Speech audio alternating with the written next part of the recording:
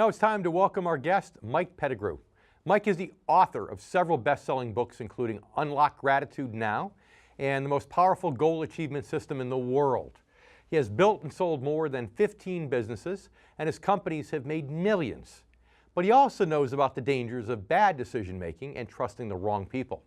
After selling his first business to a multinational company, Mike lost everything, even reaching a point where he had no money for food for his wife or their newborn baby.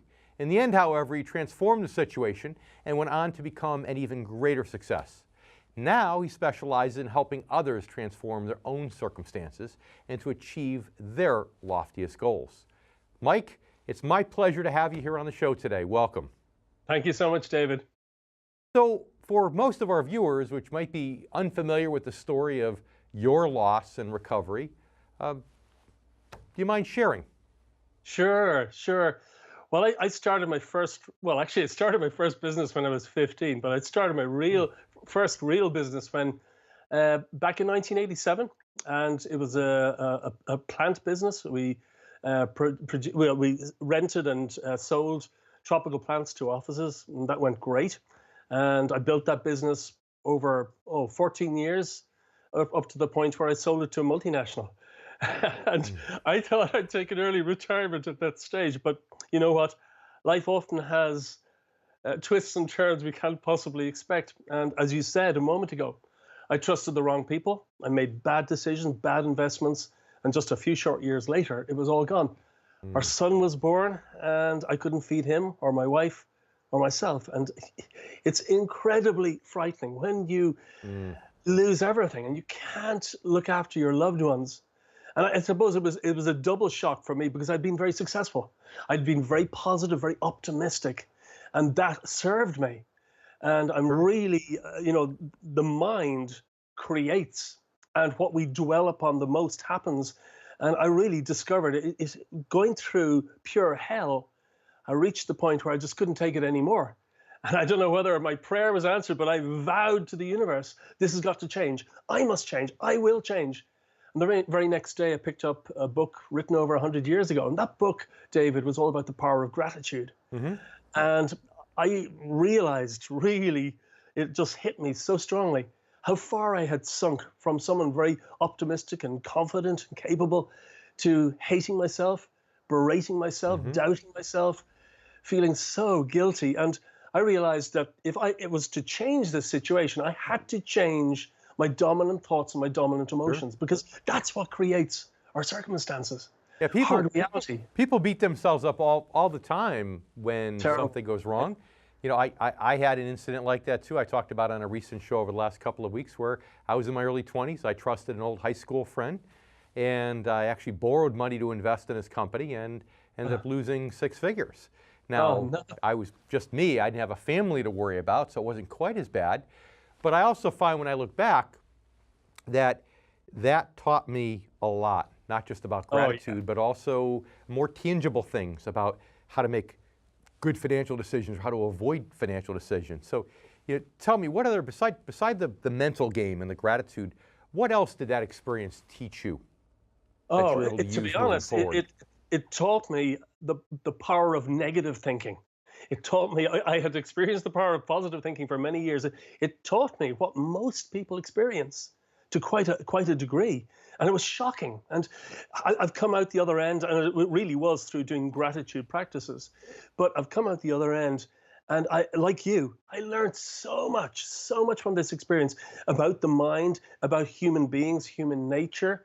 And I'm so grateful for this experience now, so grateful, because it now enables me to help people all over the world, large numbers of people all over the world, overcome their own difficult situations and help them expand their, what would you say, their degree of possibility dramatically. And I think it comes down to baby steps. When we take small, consistent actions, they add up. You know, the saying, a journey of 1,000 miles begins with a single step. And as you said, not beating yourself up is the beginning of it. So listen, I hear the music playing in my ear. That means we need to go for a commercial break. We'll be right back in just a minute. Stay with us, Mike.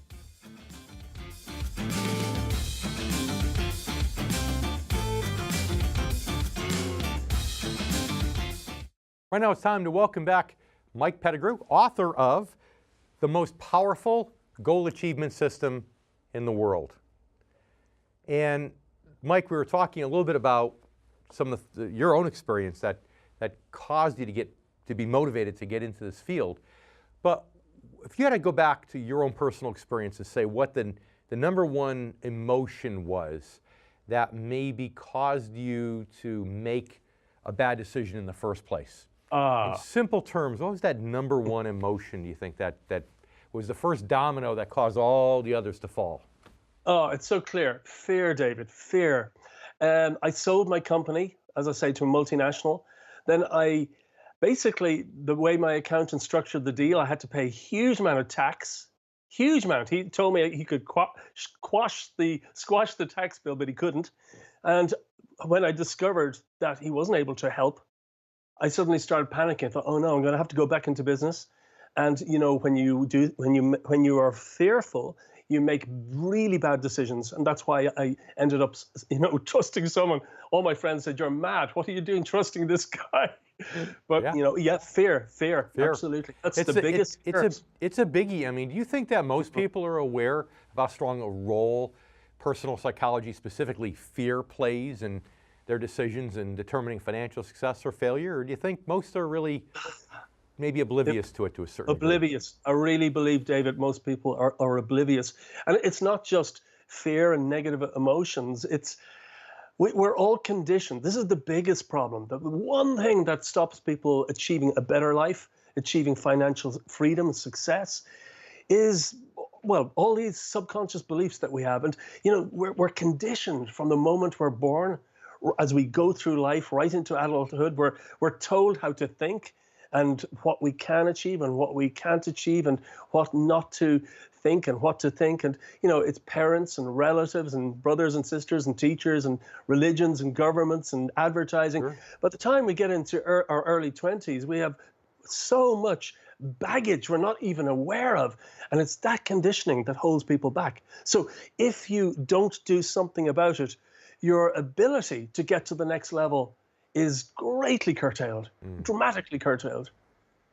You really do sound like a psychologist now. It says everything goes back to your childhood. And you're right, when it comes to money, if you think about it, I have stories where even people whom I know personally, who maybe grew up thinking, oh, money is evil. If you have a lot of money, then you must be taking advantage of other people.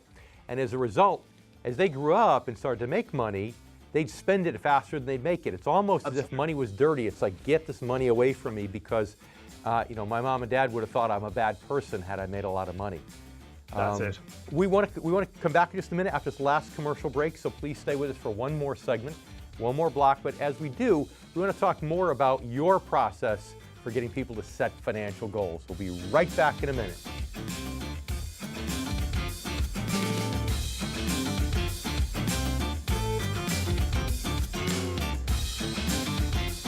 Right now it's time for one final block to welcome back Mike Pettigrew, author of The Most Powerful Goal Achievement System in the World.